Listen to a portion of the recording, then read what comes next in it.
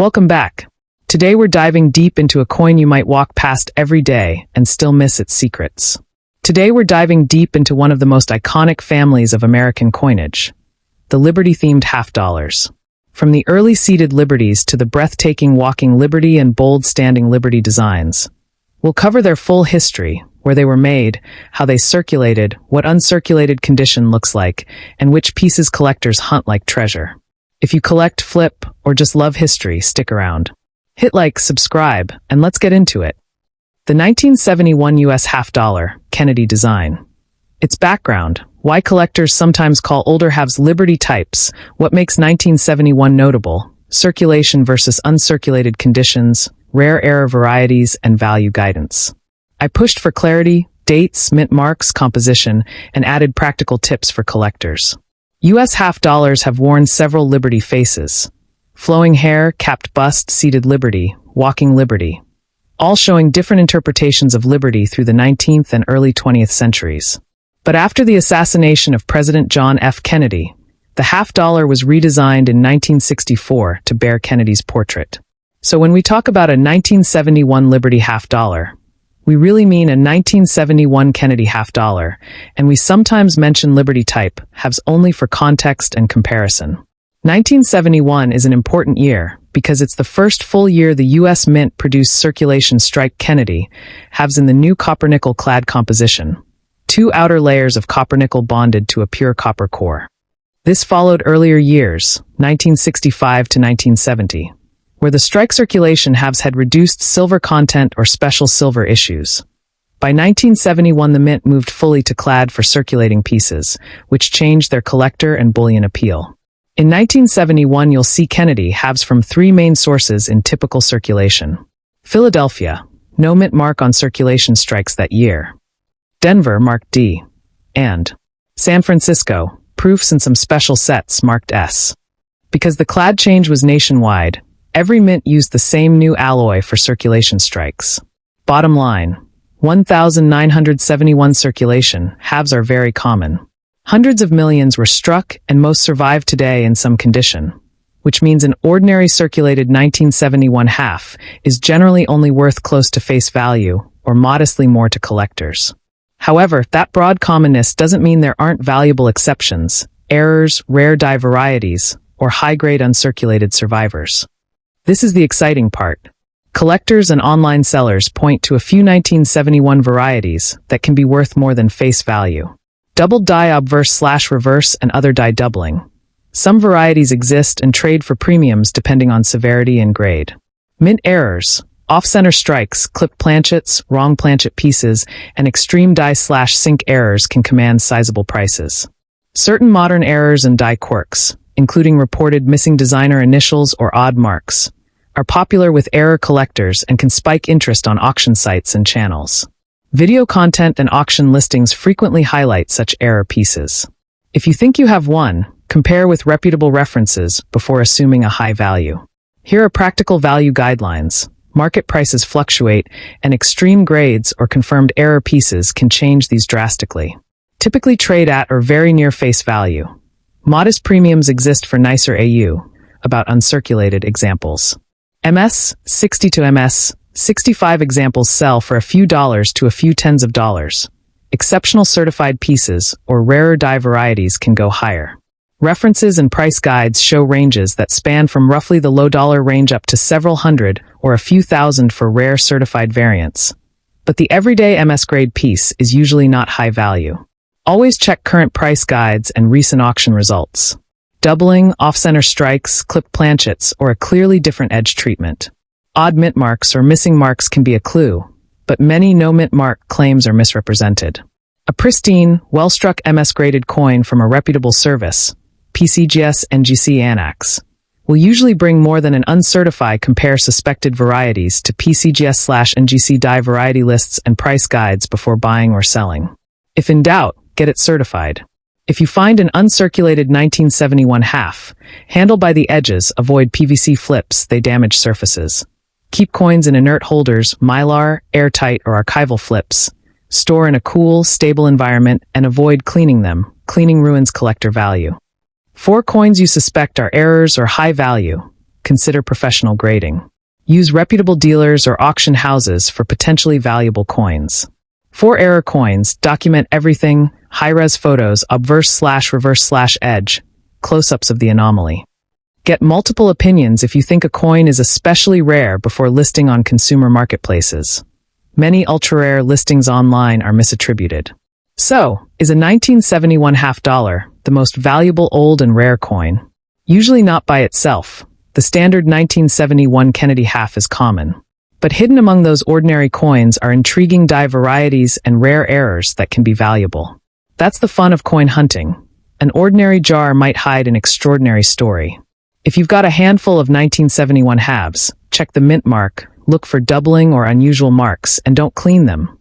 Take photos and I'll help you examine any candidates. Liberty half dollar from 2023 inch, which does not match US regular half dollar history. Let me know and I can focus on that.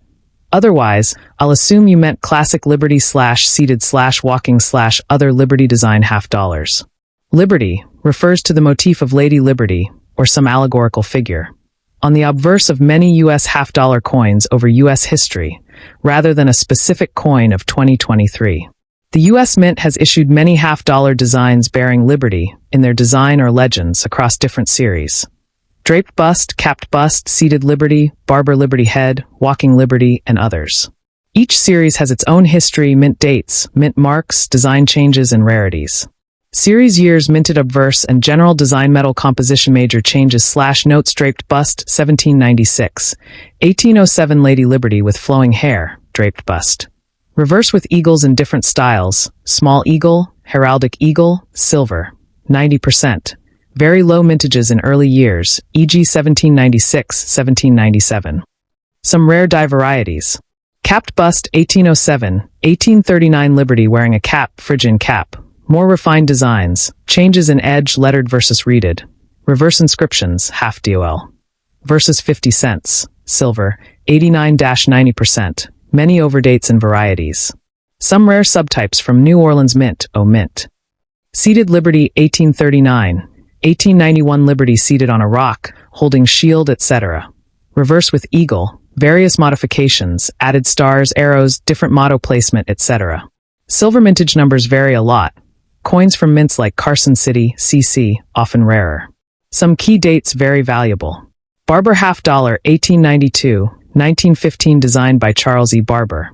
A more classical Liberty head. Simpler reverse eagle silver many coins minted, but high grades and rare dates, mint marks are prized. Walking Liberty 1916, 1947 perhaps one of the most beautiful designs. Liberty walking toward sun with drapery and flag. Reverse with eagle in flight or perched. Motto In God We Trust, etc. Silver, 90%. Until silver coinage ended many rare dates and variants, especially in the 1910s and 1920s. Mint marks, PDS matter. Proof coins are also very collectible. Later/modern post, 1947 onward Liberty often replaced or modified. E.g. Franklin half dollar, whose reverse has Liberty Bell, and Kennedy half dollar, whose obverse is profile of President Kennedy.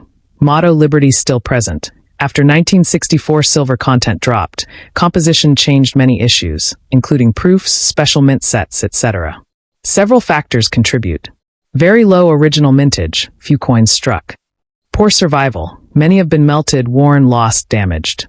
Some issues exist in tiny numbers and high grades, mint state, or proof co. Certain dates are notorious key dates, e.g. 1916, 1921 in the Walking Liberty series. Mint mark, which mint produced it matters, e.g. D. Denver, S. San Francisco, CC. Carson City, O. New Orleans, etc. Design/cutting variants, overdates, errors also increase value. Coins in circulated condition, worn, scratches, losses in detail, are much less valuable. Uncirculated or mint state coins. Full sharp detail, no wear with original luster. These fetch premium prices. Proofs, special strikes meant for collectors, often with mirror surfaces, are rarer and can be especially valuable. Even if a date has many survivors, very few examples may exist in high grades, MS 65, MS 66, etc. These are the most collectible.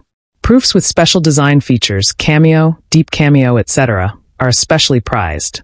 Older halves were 90% silver. Even common ones have melt value. But numismatic premiums usually far exceed simply metal value for rare ones. Some designs are regarded as artistically beautiful. Walking Liberty is often cited. Older coins from early U.S. history, pre-1830s, draw both historical and collector demand. 1794 flowing hair $50. One of the very first U.S. half dollars. Extremely rare in any condition. Top examples have sold for US $1,800,000. 1796 draped bust, 16 stars version. Another extremely rare early issue. Few mint state survivors. In 2023, one example sold for $1.8 million. 1797 half dollar. Very rare. Less than 4,000 struck originally. Fewer survive. Those in top condition are very costly. 1878 seated Liberty half dollar. A rare San Francisco mint issue. Few surviving specimens, especially in high condition. 1 MS 64 sold for US $200,000. 1919 D Walking Liberty half dollar, MS 66. A star piece of Walking Liberty. Extremely fine specimen sold for $270-250. 1921 S Walking Liberty. A key date for the Walking Liberty series. Very scarce, especially in mint condition. Value for high-grade specimens very high. Understanding grading and condition is essential. Circulated. The coin has been used in everyday commerce. There is where details on Liberty's hair, face, eagle's feathers, etc. will be worn down. Grades for circulated include good G, very good VG, fine F, very fine VF, extremely fine XF, about uncirculated AU. Value increases as condition improves. But even VF or XF common dates may still be closer to metal value than rare high grade. Uncirculated/mint state, MS nowhere. Strike is sharp. Luster, the original sheen, is intact. Grades run MS 60 up to MS 70 perfect. Differences between MS 64, MS 66, etc. are huge in price. Proofs, specially struck, highly polished or mirror-like surfaces, often sold in collector sets.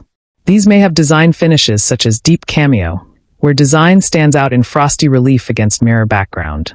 Proofs are rarer and premium. U.S. Liberty half dollars were struck at various U.S. mint facilities. The mint mark, if present, tells you where. Philadelphia P. Often no mint mark on older coins, it was default. Denver D. San Francisco S. New Orleans O. For older issues like seated Liberty, capped bust, etc. Carson City CC. Notorious for rarity, CC Mint often had smaller productions and many coins melted or lost. Mint location affects value. E.g. an 1878 seated Liberty piece is much more valuable than an 1878 from Philadelphia. Condition/rarity tier example coins/dates approx price range. USD common, circulated.g. Walking Liberty halves from 1930s to 1940s in good to fine condition $8-$30. Often close to silver melt value for basic ones. Better circulated/EFXF/AU rare dates but in worn condition. Or common dates in high uncirculated circulated grade $50-$500 depending on date and mint mark uncirculated. Low to mid MS grades. Key dates like 1916, 1917 S, 1921, etc., or rarer mint marks likely thousands to tens of thousands of dollars. E.g. 1919, DMS 66 sold for $270-$250. Proofs or very rare early issues 1794, 1796, etc., or proofs of Walking Liberty from the 30s to 40s, etc. hundreds of thousands to over $1 million USD, depending on grade and provenance. As of U.S. mint history, there is no regular circulating U.S. half dollar with a Liberty obverse issued in 2023. The Kennedy half dollar continues, but it uses President Kennedy's portrait, not a Lady Liberty design. If you have a coin marked Liberty half dollar 2023, it might be a commemorative token, private mint product, fantasy piece, or not U.S. legal tender. It's important to check authenticity, mint information, and whether it's silver or another metal. If you can send me exact details, what's written on the coin, mint mark, condition, where you got it, I can help identify if your 2023 Liberty half dollar is real, rare, or valuable. The 1983 half dollar, since that year, used the Kennedy design. I wrote it to sound engaging on camera and easy to edit, or the Walking Liberty half-dollar, was introduced in 1916 as part of a major redesign of U.S. coinage in the early 20th century. Sculptor Adolph A. Weinman designed the obverse, Liberty striding toward the sun, draped in the American flag. The reverse shows a powerful eagle perched on a rocky crag. The result is widely regarded as one of the most beautiful U.S. coins ever produced. So much so that Weinman's obverse was later reused, with stronger detail, for the American silver eagle bullion coin introduced in 1986. The Walking Liberty series ran from 1916 until 1947, and its artistry and symbolism continue to make it a favorite among collectors and designers alike. During its production life, the Walking Liberty half was struck at the major U.S. mints of the era: Philadelphia, no mint mark; Denver, D; and San Francisco, S. Some of the most sought-after examples come from specific mint/date combos and a few unusual varieties. For example, the early 1916 to 1917 coins and certain obverse mint mark or low mintage dates are especially collectible. If you're researching a coin, always check the mint mark and compare it to known scarcity lists for that date and mint. What's the difference? Okay, what separates a circulated Walking Liberty from an uncirculated one? It's all in the details. A circulated coin shows where flattened high points, Liberty's knee, gown folds, eagle's wing feathers, surface nicks, and an overall loss of luster. Uncirculated, or mint state, coins retain the original mint luster, sharp detail at the highest points, and minimal contact marks. They look like they just came off the press. In practical terms, an uncirculated specimen of a scarce date can be worth many times the value of the same date in worn condition. Grading services like NGC and PCGS assign numeric grades, MS60, MS70, to help buyers and sellers agree on condition and value. Which Walking Liberties should you keep an eye out for? While many dates are common in lower grades, a handful are keys or semi-keys: 1916, the inaugural year; 1921, and certain mint-marked issues, rare San Francisco and Denver low-mintage pieces, can command very high prices in gem condition. Proofs and coins with special die varieties, repunched mint marks, doubled dies, are also more valuable. Auction houses have seen exceptional results for top-grade or historically notable specimens, and even worn examples of a truly scarce date can fetch strong sums. As with any series, price is a function of rarity plus demand plus condition. A quick note: if you asked about a 1983 Liberty half-dollar, that's probably a mix-up. By 1983, the U.S. half-dollar in general circulation carried the Kennedy design, introduced 1964. So a 1983 half-dollar you find in pocket change or a roll will be a Kennedy half, not a Walking Liberty. However, 1983 Kennedys do have collectible examples, especially proof strikes and error coins. And certain 1983 error pieces can be worth a premium to collectors. If you actually have a 1983 half-dollar, we can look at photos and see if it's an error or something special. Want to know if the coin in your hand is worth taking to a dealer? Start with these steps. Check the date and mint mark. Some years/mints are far scarcer. Examine the high points. On Liberty, look at the gown folds and the sun's rays. On the eagle, look at feathers. Sharp detail increases value. Repunched mint marks, doubled die lettering, missing initials, FG on some Kennedys, or broad strikes and off-centers. Error coins can be surprisingly valuable. Weigh and measure if you suspect a counterfeit. Walking Liberties, 1916 to 1947, are 90% silver and have characteristic weight and ring. When in doubt, get a professional grade or at least an expert opinion. Reputable dealers or third-party grading companies will help confirm authenticity and grade. Handle by the edges, don't touch faces with bare fingers, store in inert holders, mylar flips, coin capsules, and keep them in a stable, low-humidity environment. Avoid cleaning your coins. Even light cleaning can destroy collector value. If a coin's condition seems exceptional, have it photographed and appraised before any attempt at cleaning or polishing. Segment 8. Closing and Call to Action. From the quiet grace of Weinman's Liberty to the frenzied bidding at auction, the Walking Liberty half-dollar tells a story about art, history, and the thrill of discovery.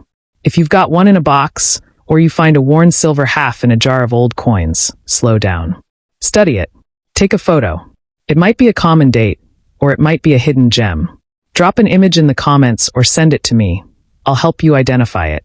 If you enjoyed this deep dive, like and subscribe for more coin histories, rarity guides, and collector tips. Thanks for watching. Keep looking, keep learning, and keep collecting.